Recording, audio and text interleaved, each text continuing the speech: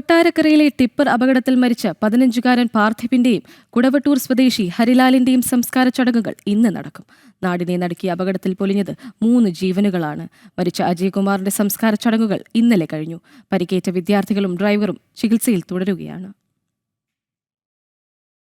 ഇന്നലെ രാവിലെയോടെയാണ് അപകടം. മണ്ണ് കയറ്റി വന്ന ലോറിയാണ് അപകടമുണ്ടാക്കിയത്. അമിത വേഗതയിൽ നിയന്ത്രണം വിട്ട ലോറി ഇടിച്ചു മറിഞ്ഞത് ബസ് കാത്തുനിന്ന വിദ്യാർത്ഥികൾ ഉൾപ്പെടെയുള്ളവരുടെ മുകളിലേക്ക്.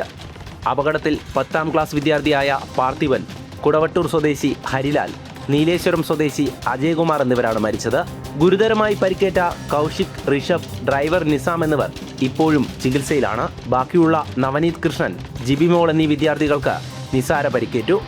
കൗശികിന്റെ നില അതീവ ഗുരുതരമായി തുടരുകയാണ്. മരിച്ച അജയ്കുമാറിന്റെ സംസ്കാര ചടങ്ങുകൾ ഇന്നലെ വൈകിട്ട് നടന്നു. പാർത്ഥിബന്റെയും ഹരിലാലിന്റെയും സംസ്കാരം ഇന്ന് നടക്കും. അതേസമയം ഡ്രൈവർ നിസാമിനെതിരെ അലക്ഷ്യമായി വാഹനമോടിച്ച് അപകടമുണ്ടാക്കിയതിന് പോലീസ് കേസെടുത്തു. സ്കൂൾ സമയം നിരത്തിലിറങ്ങുന്ന ടിപ്പർ വാഹനങ്ങൾക്ക് നിയന്ത്രണം ഏർപ്പെടുത്തിയിട്ടുണ്ട്. എന്നാൽ സമയം പുനഃക്രമീകരിച്ച് കർശന നിയന്ത്രണം ഏർപ്പെടുത്തുമെന്ന് മന്ത്രിമാർ അറിയിച്ചു.